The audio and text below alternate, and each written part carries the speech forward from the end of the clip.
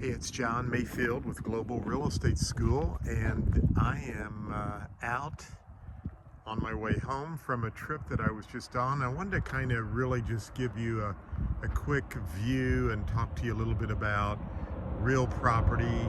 We've been talking about property ownership and a couple of other things that's interesting about this. I'm right on the highway, and you can see a beautiful stretch of land.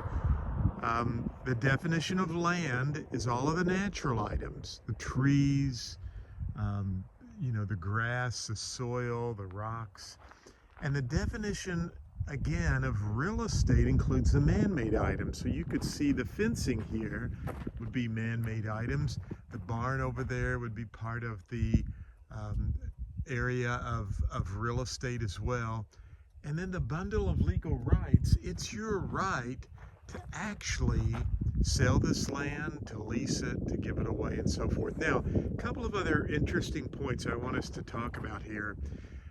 If you owned this land right here and you wanted to sell this land, notice when we get into legal descriptions, here we have a creek, and so perhaps you were just selling over to the creek. Well, you will notice, hopefully you can see in the video, the creek kind of zigzags around and the road follows around, and there's some mountains. So how do you come up with the right description or the way to sell this property? And that's where a legal description will come into play, and more specifically a legal description as far as a metes and bounds, because it will actually use what is called a metes and bounds. Legal description is good for irregularly shaped parcels of properties. So it always has a point of beginning. It could start maybe over right next to the bridge there, down at the bottom at the end of the fence post, and then it's going to go all the way around this property, and at some point it would come back around. It would use degrees, feet, measurements, and it's going to end up back at the point of beginning. So I just wanted to stop here on my way home. I wanted to reiterate what the definition of land is.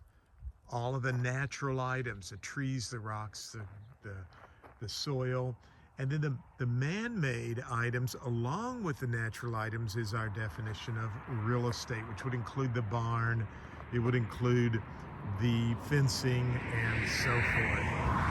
And then you got a little bonus there just to kind of look at this land and how, if you wanted to sell it, you would use more than likely a metes and bounds legal description. And remember, when we talk about legal descriptions, you can use more than one type of legal description. Now, one more thing I want you to be aware of here. Here is access off the road, but I want you to go over here and notice that there are some telephone poles. I'll try to get this back up here a little bit for you. There's some telephone lines or electric lines. I said telephone lines, that's what we always called them when I was growing up, but they're probably more utility lines, I should say, which could be electric or telephone, right? That would be an easement, and so that would be what is called an easement in gross. So don't forget about that. We'll talk about that more. But an easement in gross, there's only servient tenants, right? Servient tenements. So people are serving, allowing the utility company to go across their property.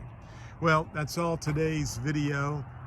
Just wanted to show you a little bit about land. I wanted to talk about metes and bounds description and just go over some of this stuff here. Have a great day. I better get back in my car. Some of the folks I'm pulled over on the side of the road, but they're, I guess, a little bit freaked out. So anyway, have a great day. Thanks for watching. Be sure and subscribe to our YouTube channel. And check us out, Global Real Estate School. If you need help passing the exam, go over to